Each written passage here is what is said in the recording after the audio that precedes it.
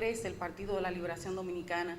Y para hablar de red social y esta iniciativa, yo quiero llamar con mucho gusto al coordinador de este proyecto, de este sueño ya hecho una realidad, a Juan Carlos Espinal, con todos.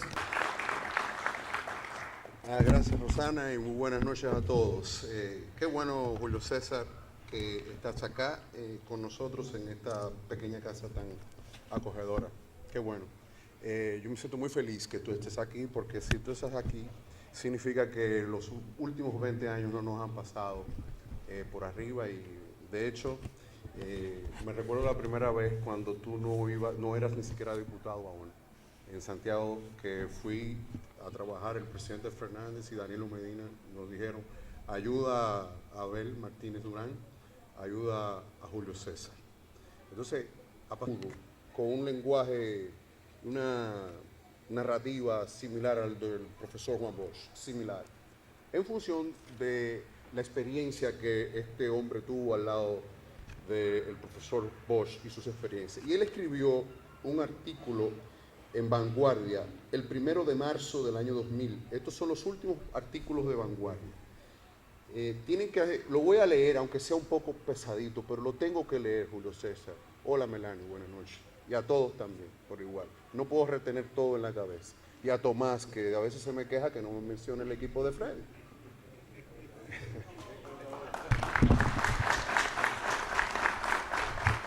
Y Tomás, la verdad, artículo de estudios. Vamos a escuchar qué decía, qué escribía Rafael Gurrión. Tienen que seguirlo despacio. El artículo se titula Lo que se merece Leonel. En el año de 1975, la seccional Jaime Vargas en Estados Unidos solicitó al Comité Política del partido para asignarle la charla que solicitaba la estructura del partido en territorio norteamericano. Ese joven era Leonel Fernández Reina. Y políticas que predominaban en la juventud de la época. Como Valentín debía atender su negocio y las discusiones se extendían desde tempranas horas de la mañana hasta altas horas de la tarde, él tenía su pupilo que representaba y defendía su posición. Ese pupilo era Leonel Fernández Reina. Valentín era, después diría Leonel en su primer libro que le dedicara, el patrón más democrático. Salía regularmente con sus trabajadores a los bares y restaurantes de Nueva York a beberse el trago y a comer. Sin embargo, Valentín no acostumbraba a llevar a Leonel Fernández con el grupo de trabajadores, sino en compañía de su esposa y sus hijos. Él, Valentín, entendía que Leonel debía o estaba destinado a tomar un rumbo diferente al resto de sus empleados. En una conferencia de Fidel Castro ante las Naciones Unidas, cuenta Valentín, que le dijo a Leonel Fernández que escuchara por completo el discurso del hombre más grande que iba a hablar, porque algún día lo vería a él, Leonel, pronunciando un discurso como jefe de Estado en las Naciones Unidas. Valentín tenía un carro Cadillac, estilo presidencial. Con su joven empleado, es decir, Leonel, y compañero, libraba una lucha. Valentín quería acostumbrar a Leonel a que se dejara abrir la puerta de atrás y se sentara en la parte trasera del vehículo. Le decía a Valentín: tienes que acostumbrarte a ir en los carros como un jefe de Estado, cosa que Leonel siempre rechazaba porque le gustaba ir en el asiento delantero para conversar, ya que en la parte trasera quedaba totalmente aislado de Valentín, que iba en el volante, porque el carro, como ejecutivo al fin, tenía un compartimiento entre las partes delantera y trasera de los asientos. Leonel se sentía cómodo en jeans y en tenis, pero Valentín lo convenció de que debía vestir más formal, porque a la gente le gusta ver a sus dirigentes vestidos formalmente, le decía. El presentimiento de Valentín de que Leonel sería el futuro presidente de la República Dominicana lo llevó también a recomendarlo para que diera charlas en los colegios regionales de Nueva York, para que se fuera entrenando. Cuando Leonel le presentó a su madre, a doña Yolanda, por medio de una conversación telefónica, ella se mostró agradecida del tratamiento que Valentín le daba a su hijo. Valentín le manifestó todo su interés por el desarrollo de Leonel Fernández y le dijo que su hijo iba a ser un gran político que llegaría a la presidencia de la República. Ella le dijo que así no, que no quería que su hijo fuera o aspirara a presidente, sino que se graduara de abogado y que fuera un gran abogado. Valentín le dijo que no se preocupara, que su hijo sería un gran abogado, pero que también sería un gran político.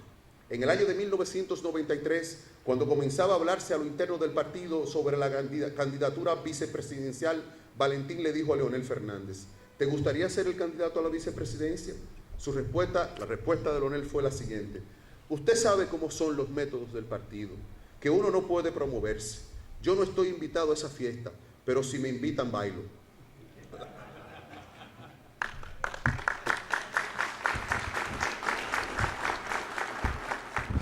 Tienen que seguir el cuento. ¿Qué es lo que va a pasar ahora, el 16? La insistencia de Valentín de que Leonel debía ser presidente se exteriorizó de nuevo cuando don Juan Bosch renunció a sus funciones políticas dentro del partido. Valentín produjo el hecho y le dijo a Leonel: prepárese que usted será el sustituto del líder, usted será el candidato después de Bosch. Luego, ya en 1994, Leonel Fernández hizo una visita a Nueva York. Mientras se encontraba conversando con varios miembros del partido y de la comunidad de Habana Río, entró Valentín y proclamó: ¿qué peste presidente hay aquí? Que conste que no es cerveza, presidente. Después de celebrarse la segunda vuelta el 30 de junio del año de 1996, Valentín Martínez, en compañía de Guillermo Martínez, se presentó a la casa de doña Yolanda en el Ensanche de la Fe. Se presentó con doña Yolanda en el Ensanche de la Fe de la capital. Él se le presentó porque en realidad se habían visto poco y había pasado el tiempo. Cuando ella lo reconoció, doña Yolanda, Valentín le dijo que iba a disculparse con ella. Doña Yolanda le dijo que de qué, si siempre había estado agradecido por el trato dado a Leonel Fernández. Antes de su disculpa, permítame colarle un café, le dijo doña Yolanda. Dice Valentín: yo vine a pedirle disculpa porque usted se acuerda aquella vez que le dije que su hijo iba a ser presidente. Leonel acababa de ser electo presidente. Doña Yolanda le contestó: son cosas del destino. A Valentín, el instinto le decía que el joven que albergó su tienda iba a ser presidente en el año de 1975. Doña Yolanda, con el tiempo, aceptó el destino, aunque materializado el hecho, cuentan que le dijo a los dos dirigentes: quiero que me devuelvan mi hijo como es, sano. El tiempo, inexorable, implacable en su devenir, hizo a Leonel Fernández presidente como lo previó Valentín Martínez en el año de 1975. Pero ha sucedido un fenómeno. El tiempo pasó, pero el presidente ha terminado nuevo, refiriéndose a Leonel. Ha terminado cuando apenas empezaba su tiempo, su era. Nadie más consciente que él, cuando en su discurso en la Asamblea Nacional empezaba con estas palabras: es increíble lo rápido que discurre el tiempo. Parece como si fuera ayer que hacía uso de esta tribuna para presentarme ante el país mi discurso de toma de posesión. Y tal es así que, a pesar de que hemos entrado en la fase final de esta gestión gubernamental, todavía escucho de labios de muchas personas el hacer referencia a esta administración como el nuevo gobierno. No escapa a quien hace uso de la palabra el sentido de la relatividad del tiempo, pues si bien es cierto que para quienes estamos conduciendo los destinos nacionales, estos 4 años han resultado cortos, ante la magnitud de las tareas que deben realizarse para que el país deje atrás el subdesarrollo y la pobreza y avance hacia la modernidad y el progreso, no es menos cierto que para la oposición ha constituido una eternidad. Esto último también es una gran verdad. A diario, los PRDistas, en todo el transcurso del periodo, le han voceado a los PLDistas: le quedan 2 años, le queda 1 año. Los PRDistas se han detenido frente al reloj.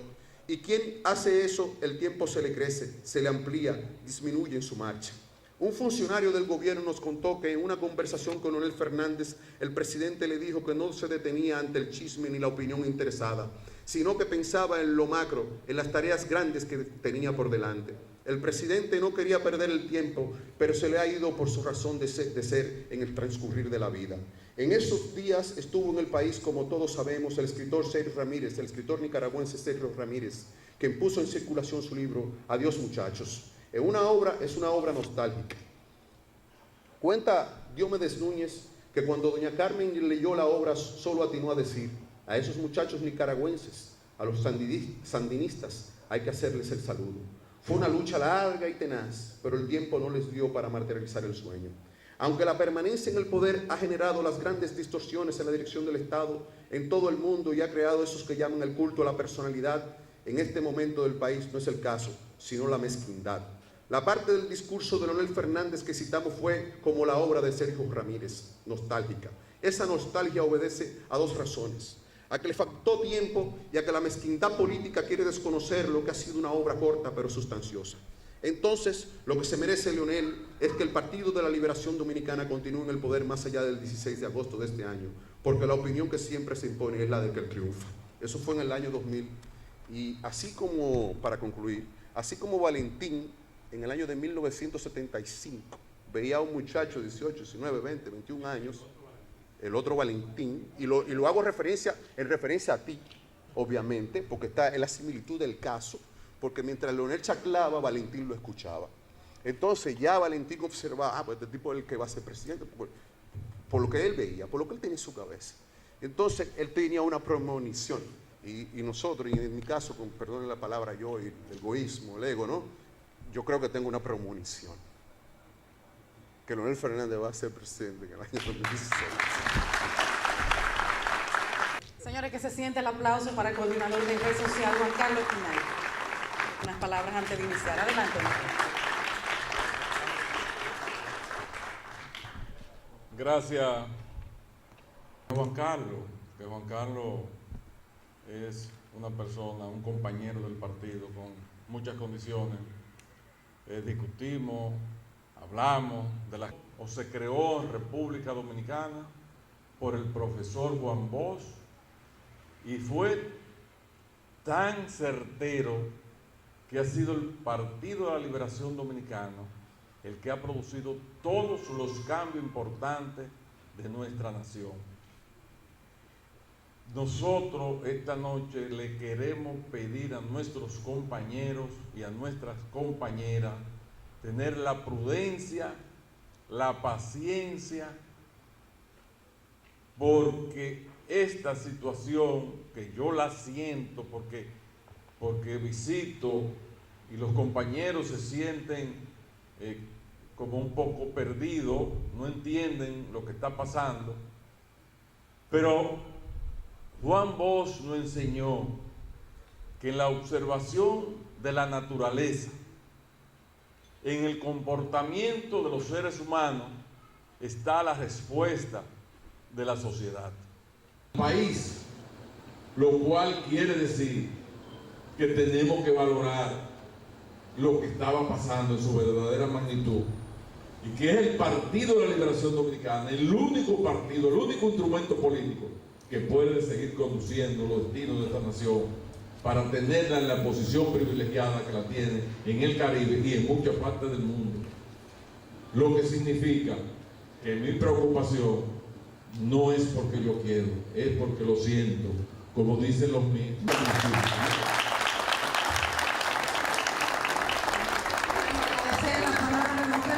Se siente el aplauso para la institución aquí de red social. Sabe palabras, joven, muy joven, este hombre viene en la literatura, en la historia, en la filosofía, en las ciencias sociales. Abogado, político, terminado, senador por la provincia de Santiago de los Caballeros y miembro del Comité Político del Partido de la Liberación Dominicana. Así recibimos al doctor Julio César Valentín.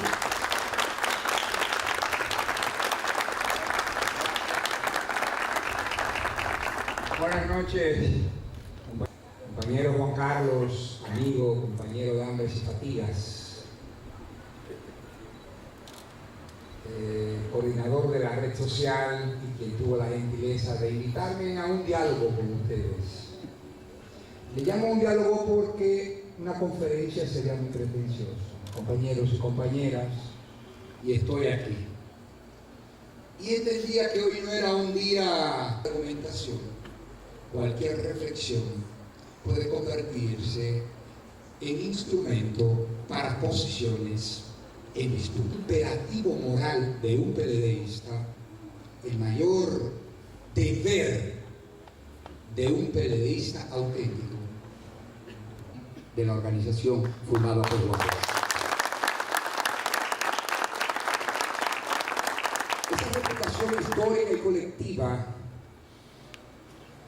que se consolida con las grandes realizaciones de la República Dominicana se deben a la obra del partido y un tema que probablemente no mucha gente le va a estar prestando atención, porque la parte espectacular de la política suele resultar más atractiva a la cotidianidad, a las muchedumbres, que la parte sustancial. Y habilitar un espacio como este, en el patio de Freddy, y que inaplazables, que tiene todo aquel que tiene sensibilidad democrática, patriótica, peledeísta, progresista, y que aspira a que el PLD siga gravitando, transformándose del Partido de Liberación Nacional o del Partido de Cuadros al Partido Progresista. Y aunque en mi esquema mental estaba la idea del Partido de Liberación Nacional de los 70 al Partido Progresista del siglo XXI, tratar de identificar cuáles nexos históricos, cuáles valores pueden configurar la característica de un partido progresista hoy, y si hay algún nexo histórico con lo que fue el Partido de Liberación Nacional, la concepción de Partido de Liberación Nacional. Y en efecto, los valores, los compromisos con los sujetos sociales del Partido de Liberación Nacional siguen siendo los mismos compromisos con los sujetos sociales que pretenden beneficiar el Partido Progresista. Lo único es que el Partido Progresista no necesariamente tiene que ser un partido de cuadros. El Partido de Profesionales de Lenin, mientras que sí mantiene el núcleo duro de las propuestas, de los planteamientos, de las ideas de compromiso ineludible con los excluidos, con los explotados, con los oprimidos, con los trabajadores, con los campesinos, con los sectores populares. Ambos esquemas, el planteamiento de qué es un Partido de Liberación Nacional con qué es un partido progresista, tienen en común que aunque en dos contextos históricos diferentes, el Partido de la Liberación Nacional, producto de la Guerra Fría, y el Partido Progresista, que pudo convivir en la Guerra Fría, pero que se consolidan en la era posguerra fría, tienen en común el núcleo duro de compromiso preferencial con los excluidos, con los oprimidos, con los de abajo. Utilice el epíteto que usted quiera, pero si es progresista, su compromiso no es con élites económicas. Si es progresista, tiene que ser un partido de izquierda, pero no es la izquierda fragmentaria, fogosa, sectaria, la izquierda que ejecutaba y purgaba internamente porque no se pensaba igual. Hay una diferencia entre uno y otro. Mientras el Partido de Liberación Nacional es un partido de cuadros, de oficiales en la concepción del partido de Lenin, concebido en el quehacer del texto clásico de Lenin, un partido estructurado, disciplinado, con una metodología de trabajo. Aunque lo sabe Joaquín y lo saben ustedes, muchos de ustedes que tienen una prolongadísima tradición partidaria, Juan Bosch, el líder fundador, siempre negó que él fuera, que el PLD o que él fuera leninista, que más bien él era marxista pero no leninista. Sin embargo, yo no tengo estatura intelectual, ni política ni moral para refutar los planteamientos de Juan Bosch. Pero el que ha leído mínimamente el quehacer de Lenin sabe que Bosch fundó una organización política formidable que, además de la integridad de su figura, la disciplina, las concepciones organizativas y metodológicas eran las mismas concepciones del partido de cuadros de oficiales, del partido de Lenin, el Partido Socialdemócrata ruso. Cuadros profesionales dedicados a tiempo. Tú fuiste dedicado a tiempo, Joaquín. a tiempo completo. ¿Por qué? Por una causa colectiva con la que se había comprometido el líder y el puñado de atrevidos que renunciaron del Partido Revolucionario Dominicano porque entendían que ya allí era imposible promover una organización política que se convirtiera en la vanguardia de las transformaciones que exigía estructural y socialmente la República Dominicana. En efecto, el PLD surge como una organización de izquierda. Y aunque no lo diga textualmente en ningún documento, el hecho de que nuestra organización, nuestros cuadros, celebraran escrupulosamente la Revolución de Abril, la Revolución Sandinista, la fecha del golpe de Estado Allende, la condena